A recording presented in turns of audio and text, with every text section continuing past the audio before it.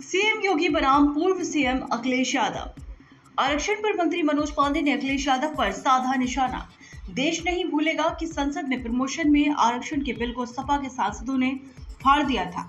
देश के दलित व पिछड़े समाज के लोग कभी नहीं भूलेंगे कि सपा ने प्रमोशन में आरक्षण बिल को लागू नहीं होने दिया। अखिलेश बेशर्मी से कह रहे हैं कि परिवारवाद के ही कारण उनकी पार्टी बची हुई है। वहीं पीएम मोदी ने 2024 चुनाव जीतने के बाद संविधान में माथा टेक कर भरोसा दिलाया कि कोई भी संविधान में छेड़छाड़ नहीं कर सकता है। संवाददाता अभिषेक दुबे की खबर। कई दल टूट गए। कभी सोचा आपने समाजवादी क्यों नहीं टूटी? क्योंकि उसमें 5 सांसद एक ही परिवार के थे और हमारे कई मुस्लिम सांसद थे तो कितने हो गए, और कुछ पक्के समाजवादी थे तो गिनती बढ़ ही नहीं सकती थी। तो कभी कभी परिवारवाद का लाभ भी होता है, ये भी बता रहा हूं मैं आपको कि समाजवादी पार्टी की एजेंडे में गरीब कोई मुद्दा ही नहीं था। आज आपने उनका बयान पढ़ा होगा, समाजवादी पार्टी के मुखिया का। बबुआ ने आज एक बयान दिया है, कहा है कि जब हमारे परिवार के सभी लोग सांसद हैं इसीलिए तो सपा सपा बनी हुई है। हमने कहा अब सपा इसलिए सपा है क्योंकि जनता उसको अगले चुनाव में साफ ही कर देगी, हमेशा के लिए। एक गरीबों का शोषण करते हैं केवल अपने परिवार की खातिर।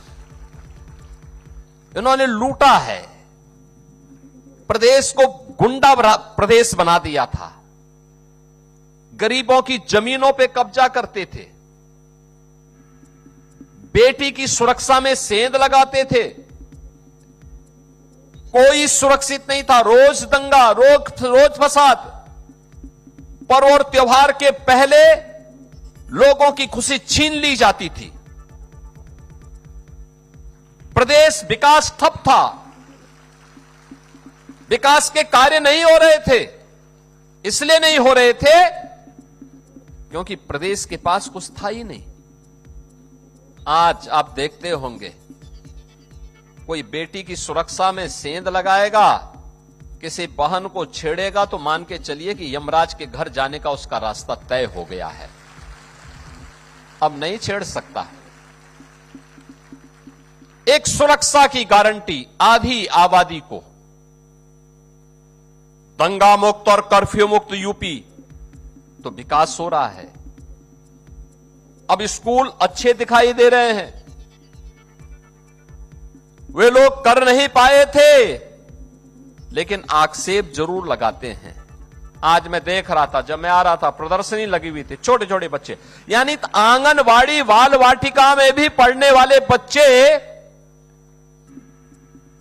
अक्षर ज्ञान उनको है, वाक्य विन्यास कैसे होता है, ये निपुण भारत अभियान की सफलता को बताता है। अब ये केवल 3री क्लास तक नहीं बल्कि 5वीं क्लास तक सीधे आगे बढ़ रहा है। 6ठी, 7वीं, 8वीं के बच्चे अब कुछ नए अभियान के साथ आगे बढ़ रहे हैं। पहले उनकी यूनिफॉर्म कैसे लगती थी, बहुत खराब, और अब तो 2 यूनिफॉर्म हर बच्चे को उपलब्ध करवाई जा रहे हैं। बैग दिया जा रहा है, बॉक्स दिया जा रहा है, जूते मोजे बच्चों को उपलब्ध करवाए गए हैं। हर बच्चे के लिए साल भर में स्वेटर की व्यवस्था भी है।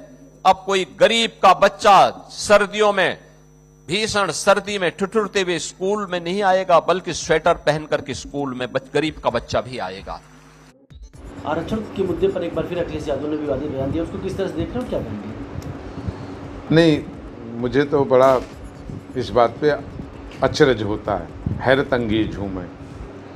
देश की क्या इतनी कमज़ोर याददाश्त है कि देश के लोग भूल जाएंगे किस राजनीतिक दल के मेंबर ऑफ पार्लियामेंटों ने प्रोन्नत में आरक्षण के बिल को फाड़ने का काम किया था? क्या देश की जनता, देश के हमारे अनुसूचित समाज और पिछड़े समाज के लोग ये भूल जाएंगे कि किन लोगों ने प्रोन्नत पे आरक्षण को पारित नहीं होने दिया?